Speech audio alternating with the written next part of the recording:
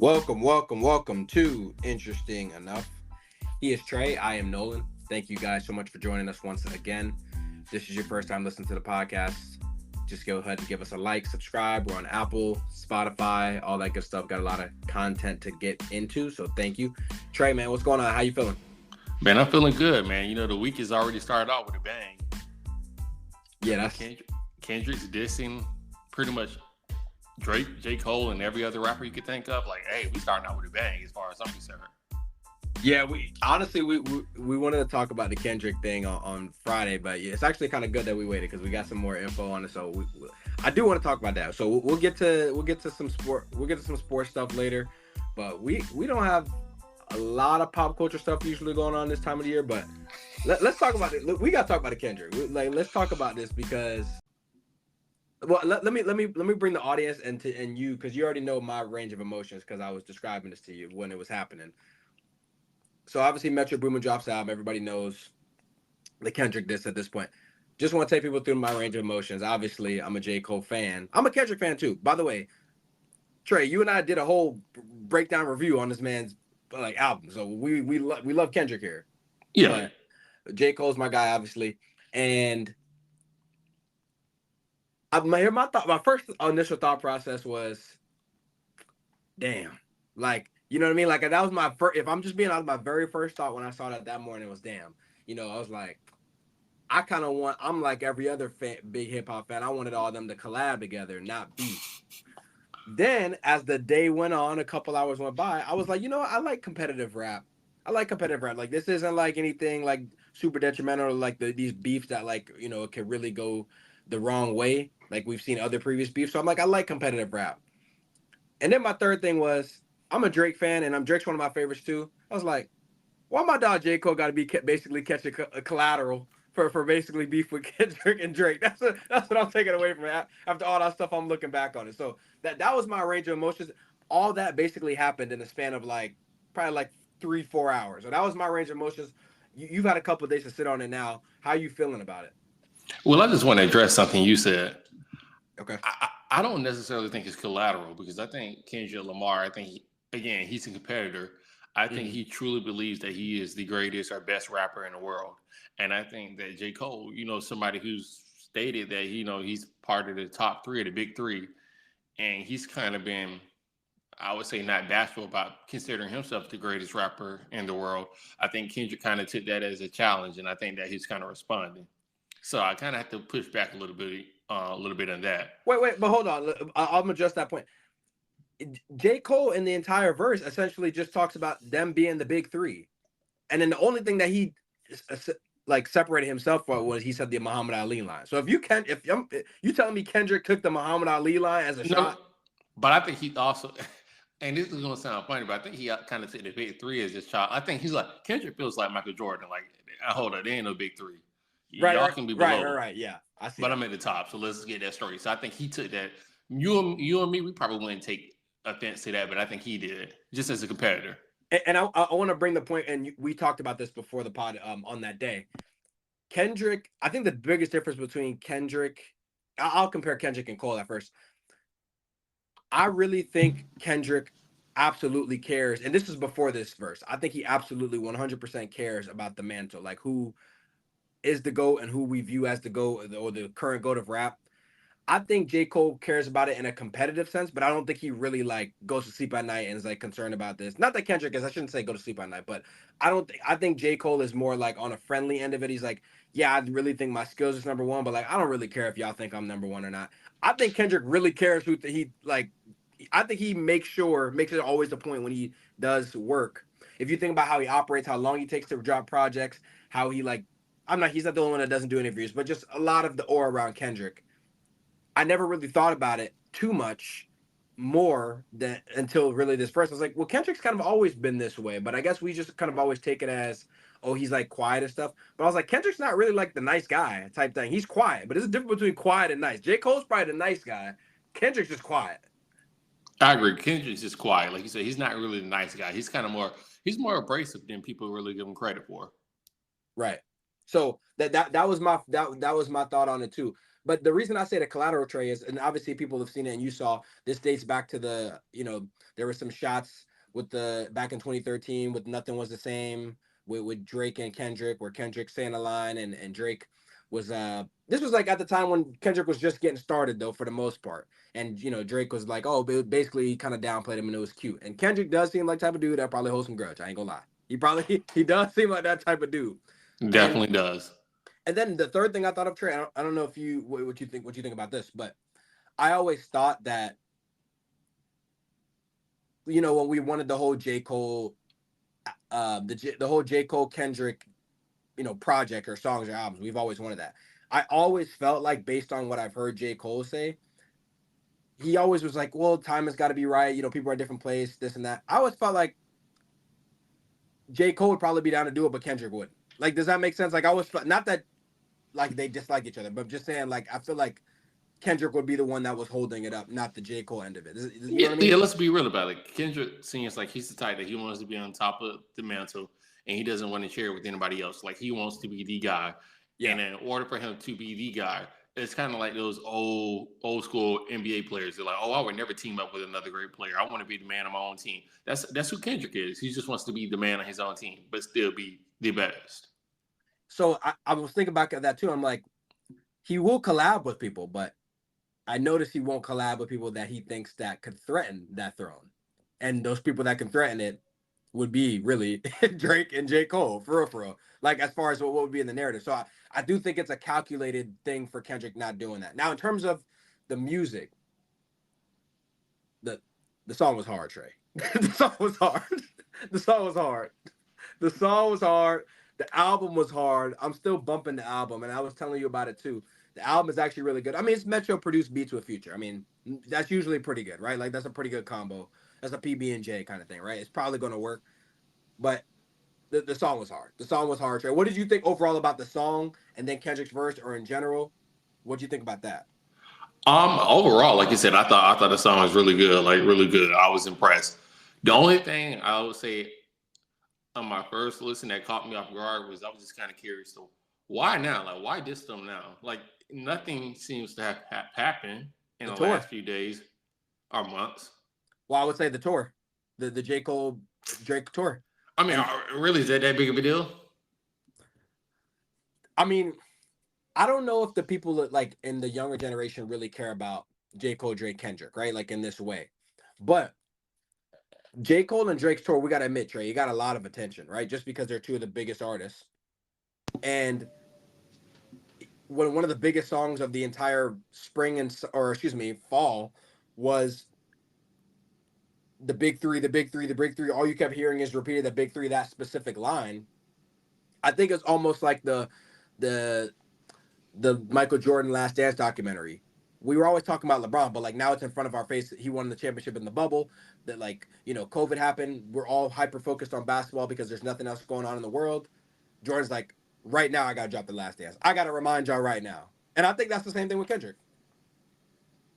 And I respect that. I mean, if that's really what his intent was, I respect it. I was just kind of confused because I'm like, man, I didn't see anything that I thought, in my own opinion, that would trigger this kind of response from Kendrick. But hey, nonetheless.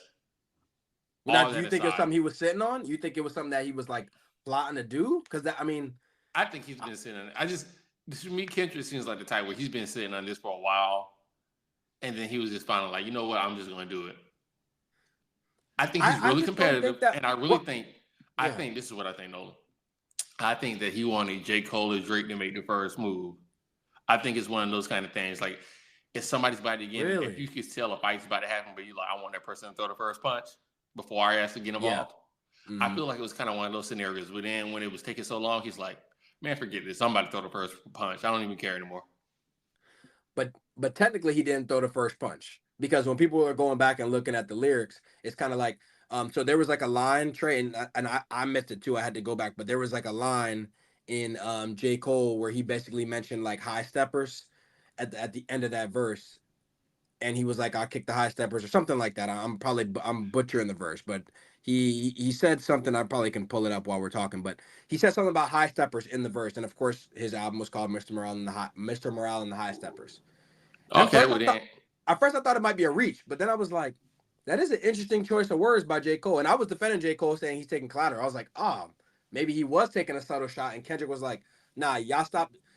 I think I just thought about it, Trey. I think they both took shots at Kendrick in ways, but then they kind of were like nice guys about it and tried to couch it. They're like, oh, it's a big three celebratory. And I think Kendrick was like, nah, don't be fake nice. Like if you're gonna either be nice or don't be nice. And like if you're not, then let's rock with it. And I think that's what he did. I think basically to your point. And I actually like that because I'm just like, I will say this. I'm not a big person that's really into rap beefs, but if you're gonna do it, at least get away with all the subliminals. Like be kind of direct about it. You know what I mean? I kind of enjoy that when rappers are direct about who they are going after. Yeah, I mean, it's just, you know, when you think about it, it's kind of like if you're going to be something, and J. Cole has a reputation of just not really being into that kind of stuff and just being, he's nice at rapping, but he's not really that guy. But like, okay, so the line, Trey, was everybody steppers, well, F it, then everybody breakfast, and I'm about to clear up my plate. If you remember that from the song. As I'm reading it, you probably can hear it. Yeah. So, everybody steppers, do you think that's a shot? I mean, you know, rap is so tough, right? Like looking back on things, we could be like, that was a shot, but was it really a shot? But then I'm thinking, I'm like, that's the I don't same know. choice of Even words if as it to say was a step. shot, it wasn't worth responding because he was so subliminal. Like it was just something like you just have to let that roll off. Like if he felt that was a shot, then I feel like Kendrick could have just sent another subliminal to J. Cole to kind of confirm it. So, but then this is why I say the J. Cole collateral. So even if that was a shot, we could say that one's questionable.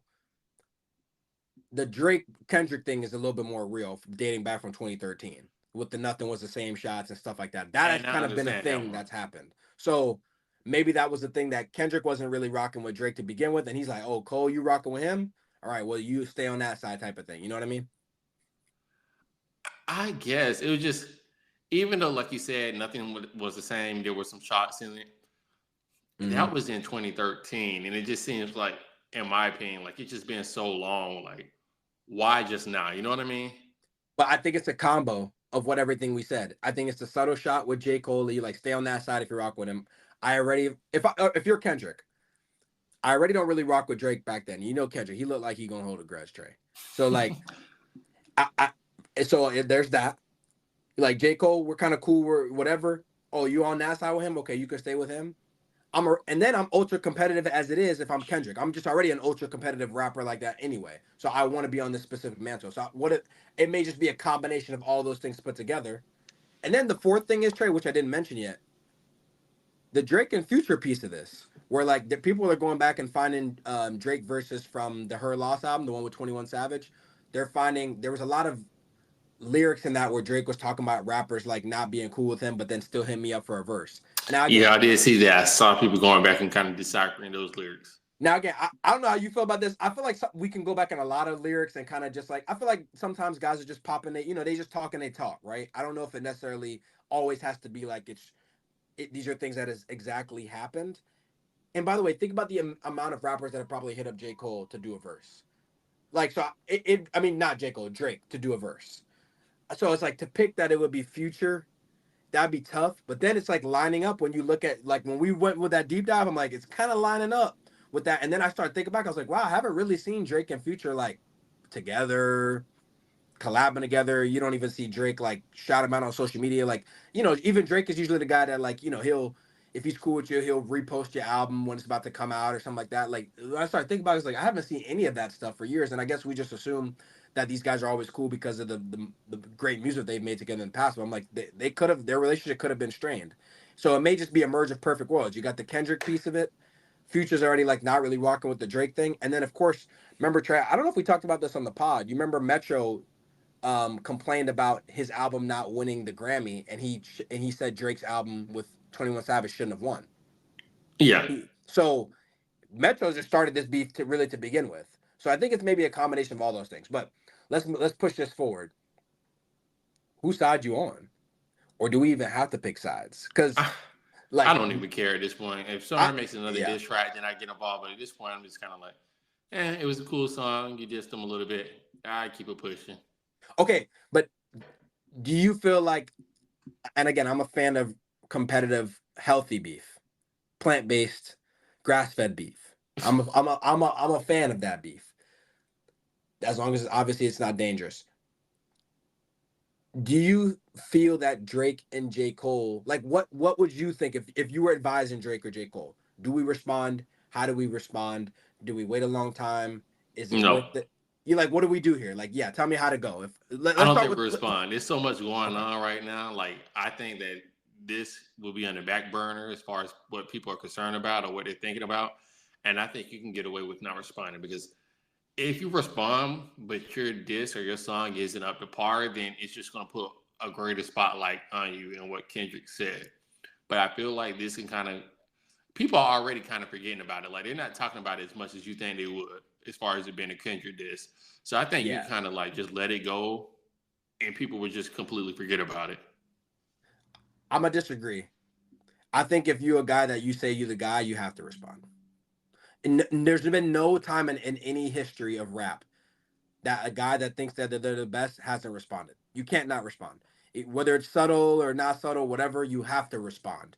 Now, I'm not saying I agree with your statement. You don't have to go rush to do it. You know what I'm saying? Like this could be like J. Cole's Trey, he has to respond. You know why? Because he was already gonna drop an album soon. So it's got to be on the album. You know what I mean? Like you have to. There's got to be some lines in there. And not you don't have to be as aggressive as Kendrick with it, but there's got to be some lines in there. Now, if you're Drake just basically recently dropped an album. I wouldn't go out of my way to like do the back to back and like drop a single for this. But oh, you best believe the next time I'm on a microphone, something being said. Like something got to be said if you one of those guys. And we know Drake's the petty king, so Drake gonna say something. Really, the question we asking is if J. Cole gonna do it, because we know Drake is gonna say something. Trey, whether we like it or not, you know it's coming. It's happening. I think it with J. Cole, I think you might get like whenever his album does officially come out, I think you might just get like another subliminal. Maybe it just to be a little bit more out front than a subliminal, but I don't think it'll be a whole lot because I just don't Yeah, think a lot's I'd going be to come out shocked. of That this. I doesn't seem think, like his style. Yeah, I'd be shocked. yeah, honestly, I don't think much comes out of this. Like, I feel like 2 or 3 months from now, we all forget about this, and it's kind of just like oh yeah, he did do that, didn't he? But then what about the Drake and Ross piece? Okay, the only thing I'm not liking about all this group, this is like, what are we doing here? Like, is this like the Justice League or something? Like what's happening? Because I don't want to miss out on great music with Drake and Rick Ross and Drake and Future and all this. I was just saying I want a little healthy beef. I didn't want everybody in the rap game going against each other. I ain't really want that too. But it seems like everybody's picking sides. But eventually we know how this works. For those who aren't old enough to see rap beefs, it's gonna come back around. They're gonna be cool again, and then we probably gonna get some good music. But now we gotta wait till we 40, Trey. Now we gotta But wait. that's the reason I'm not even getting involved. I'm like, they didn't say anything about somebody's kids or wife, which I don't want it to, but I mean that's lets you know that it's serious. You know, when Parker, when who went after Drake, Pusha T, then he was talking about his kids. I'm like, okay, that's serious. You take it to another level. No, nothing was said that was egregious. It's just kind of whatever kind of thing with me. Like it was cool for a day or two, but it's just like this isn't going to amount to anything. But I just think it would be cool if it continued. But yeah, I see what No, you're I saying. do too, but then my expectations are zero for this to continue. Oh, I see what you're saying. Okay, you're not expecting it to, but if it does cool, I'll listen to it. Oh no, no, no. Whatever. Yeah, I would be excited, but that's why I'm like, that's why my expectation, that's why my voice is kind of solemn on it. I'm like, I don't expect really much of any kind of response. I just think it's going to be like a whatever. Makes sense. Makes sense. Well, speaking of responses, I don't even know what to talk about with Diddy. Okay, how do you transition to the? Okay, I don't know. First of all, there wasn't a great way for me to really get into this conversation. First of all, I'm really treading lightly. I'm really treading lightly, even introducing this. Diddy's homes is getting raided. Revolt TV is gone. I mean, everybody's kind of been hushed on the Diddy situation, but I feel like we've kind of waited long enough to at least mention this. And the really only thing I want to ask is Diddy's situation has changed forever. Like, I think we can agree on that.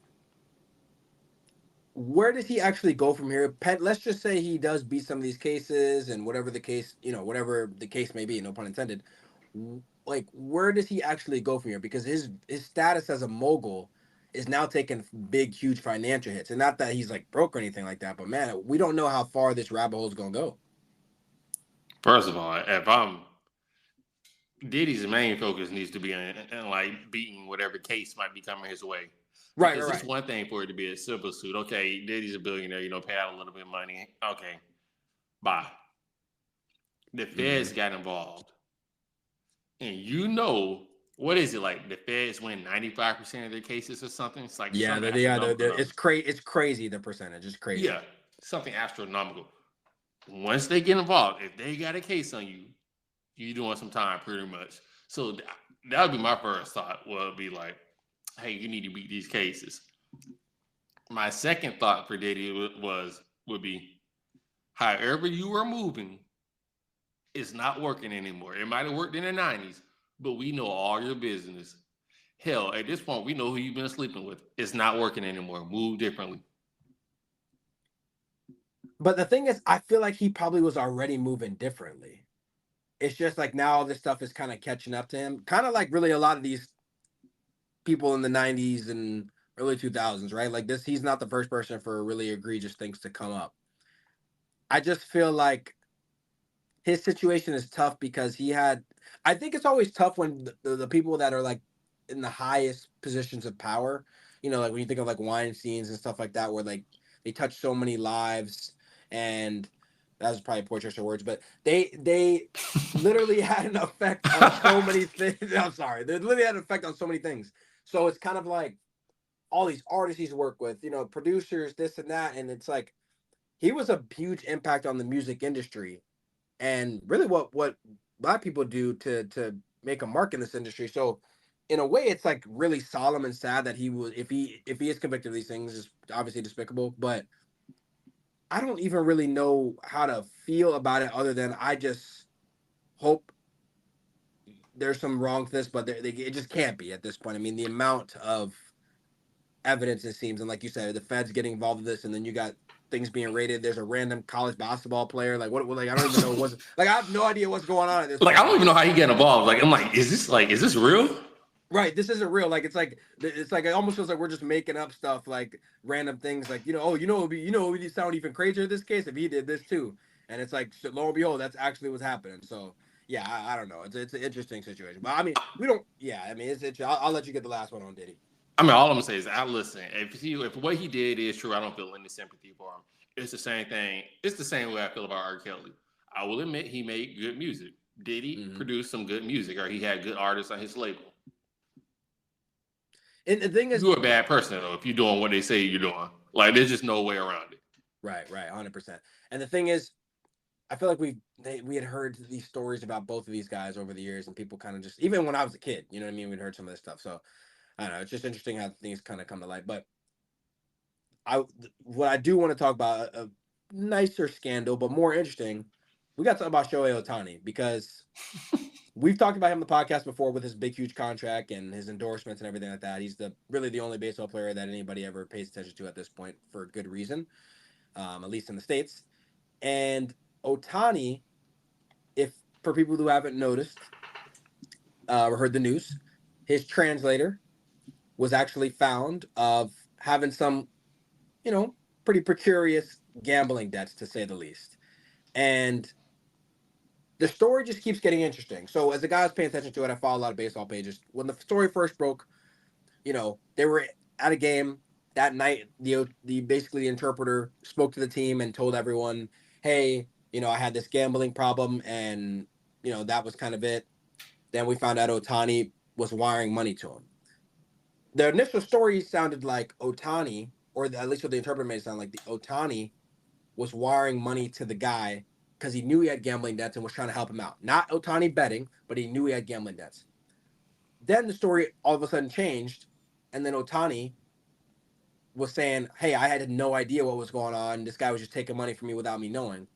When Ohtani says that, now the interpreter comes back and be like, "Hey, don't act like you didn't know what was going on. You were the one giving me the money willingly." So that's when it got really spicy. So it almost sounded like, is Ohtani trying to just get all the way out of it? Is the interpreter being like, "Hey man, don't try to make me the fall guy"? It gets weird. But Ohtani makes a statement yesterday, and he tells everyone in front of a press conference that the guy lied to him. He stole money from him. He had the first time he found out about this was in front of the team with everyone else when he told everyone. So a lot going on with the story, a lot to unpack.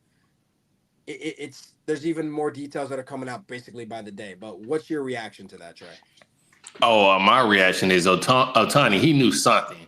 Now, to what degree? Or he was involved, I should say. He did. I think he definitely probably gave him the money at the very least.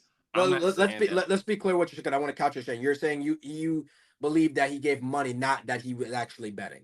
Correct. Okay. Okay. I'm saying that's the at minimum what he did. I wouldn't be fully shocked if he was betting. Like it wouldn't really surprise me that much. But I'm saying at the minimum, I think he at least gave him the money. I don't think. I mean, listen. I know he's rich. I know he got one of the richest contracts in all of American sports. I understand that completely.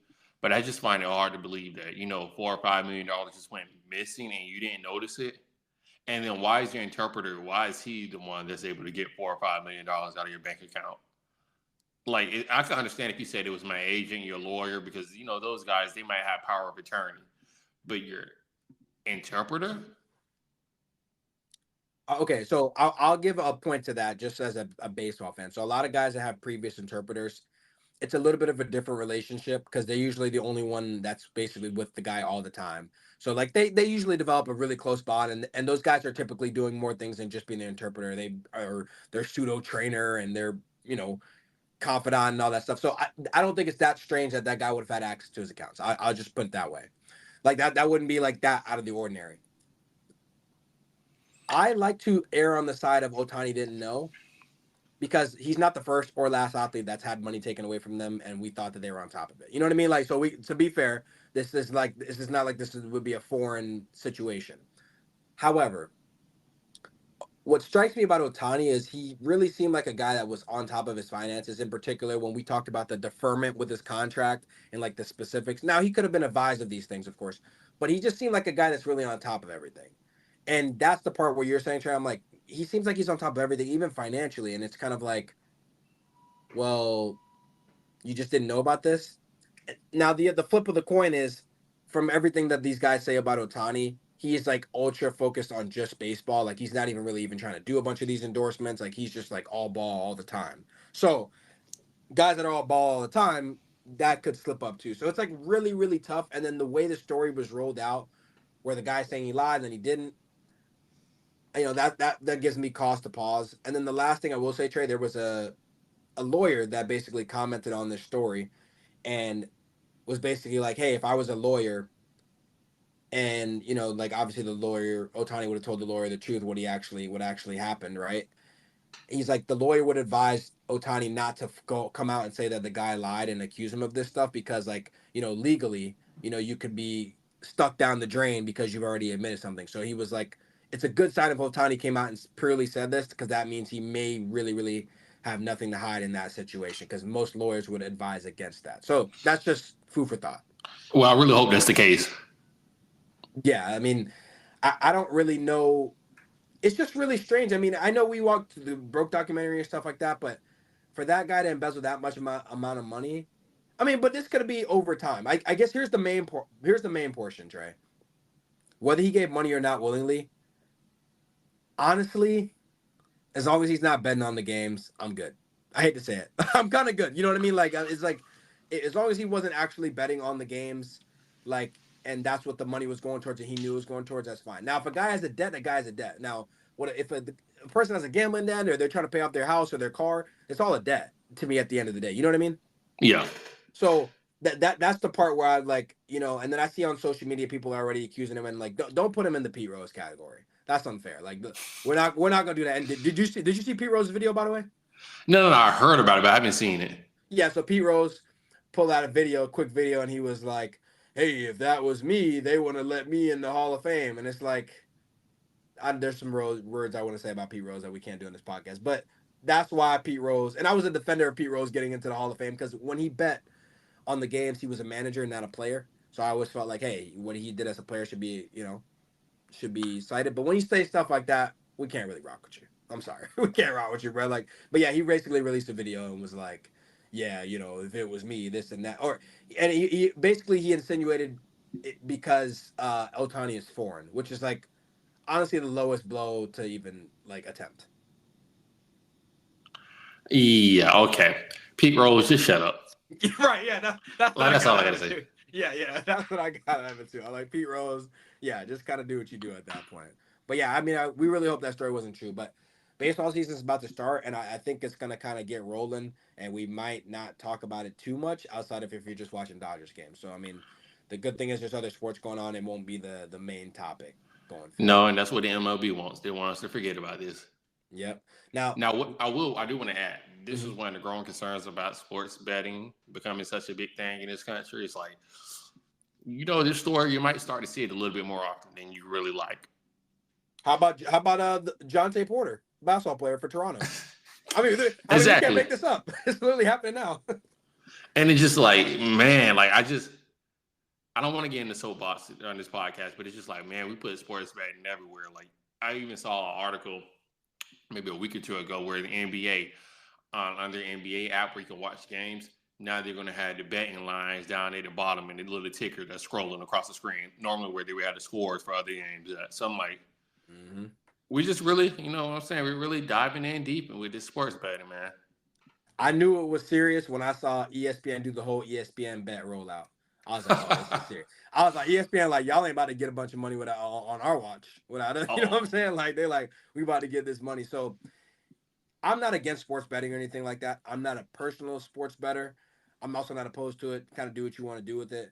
But yeah, it has gotten like the amount of betting I see is like I'm not gonna say it's just as much as the regular sports content, but it's real close. Like it's real close. If I think of what I consume on a daily basis between commercials and Real games close. and ads, yeah, it's like it's gonna all center around that. And money's money, so I get where it's going. But yeah, as a guy that's not a big sports bettor, it doesn't rub me the wrong way or anything. But it's kind of like it's a little much to me at a certain point. But speaking of not much, Trey, on the way out, we didn't even we just been doing this podcast for 30 minutes. We didn't talk about March Madness, and we're in the middle of March. There's a I just reason. I just want to point that out.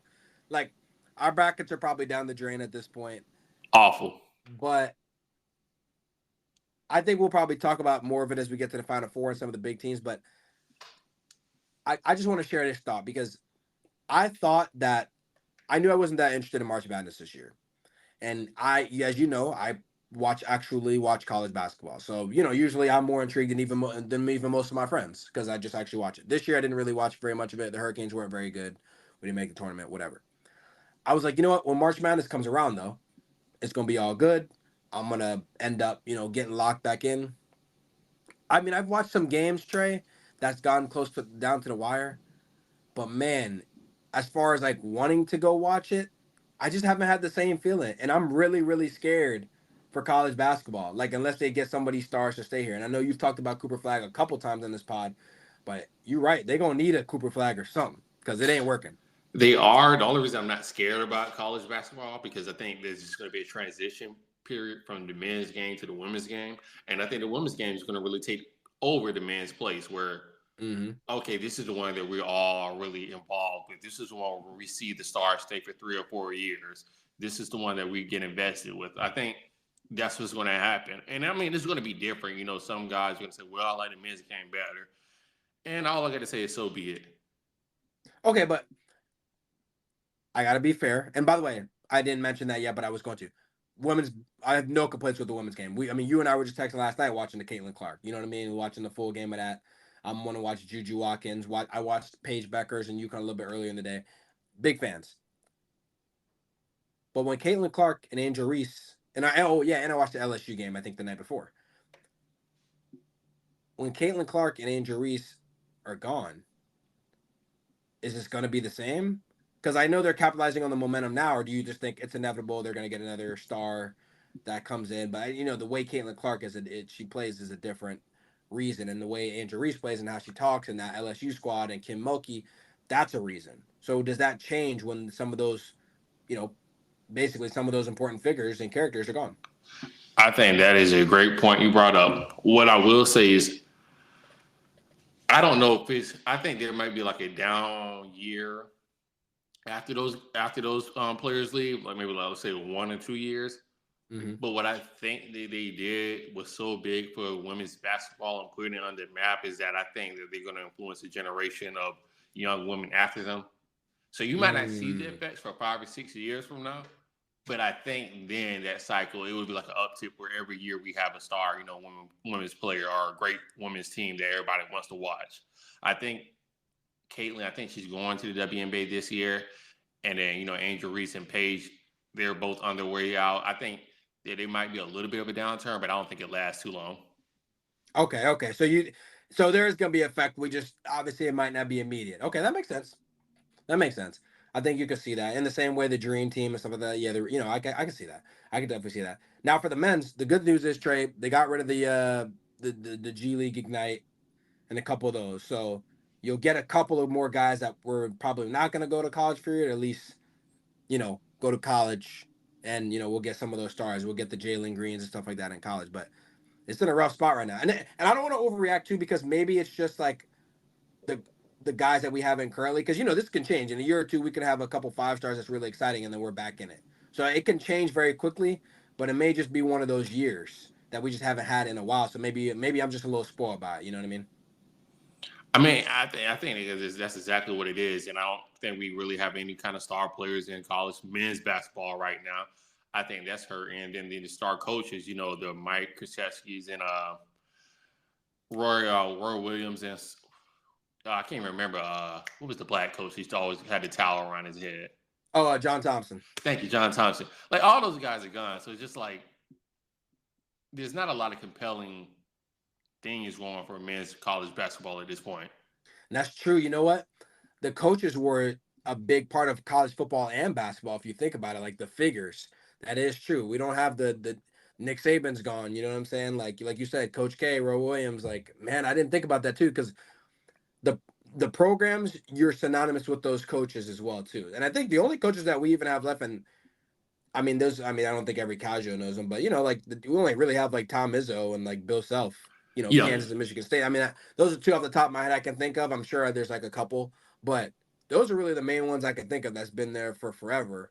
Even the Miami Hurricanes, because Coach Larinaga, he's been there for forever, but he's not as big of a name. But yeah, it's really those two guys for sure. And again, with those two teams, Michigan State, they just lost in they lost in the second round. Yeah. So they gotta get in a good spot. Is Kansas still even in it? You know what I mean? If they are, I think Kansas might have lost, if I'm not mistaken. Right. And the fact that we're even asking that, it probably answers the question to begin with. The fact that we don't even actually know off the top of our head is fine. But yeah, early favorites, any takeaways from the tournaments, like anything outside the games? Because I did, there was a couple great games. I just watched the Houston one the other night that went to overtime. Like, any takeaways? Oh yeah, the games are still good. They're still compelling. I would say the main takeaway I've noticed is that there isn't a Cinderella team this year, and I think that's kind of hurt March Madness as well, because it's like everybody's always waiting for the Cinderella to really kind of knock off the big dogs and go on a run, maybe to even the Elite Eight, maybe go that far.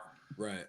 And then, other than Kentucky getting killed in the first round, like, there's really no Cinderella teams. Yeah, Oakland was supposed to be that team with the one dude that made the 10 threes. I felt like that was supposed to be the team. Maybe that or Princeton. Like, I don't know. Yeah, or Princeton. Yeah, that was actually supposed to be. And a couple of teams that people were expecting to be, like the Duquesne team that I think they won. I think they lost in the first round. And then what was the other team? There was another team that people were expecting to, maybe I think it was like James Madison or something. A lot of people were picking them to upset, and they lost in the first round. Like, those would have been the candidates per se. You know what I mean, for the upset. So we didn't even get any of that stuff done. So right now it's just chalk. It's going to be UConn or one of those teams, and then we're going to have to just hope and pray that the championship ain't a blowout like it was last year. So, that'll be something to look forward to. But anyway, I want to thank everybody so much for joining us once again. Again, give us a like, a subscribe, a follow, a rate. All that stuff does help us a lot. We got a lot of content we're going to be getting into as we wrap up the NBA season, so stay tuned for that. Of course, we're going to bring you up to speed on some pop culture stuff as we did today and what's kind of going on around the news. So keep locked in with us. We're going to drop some shorts for you guys as well. And of course, I will swing it to Trey. As always, thank you for joining us this week. Peace.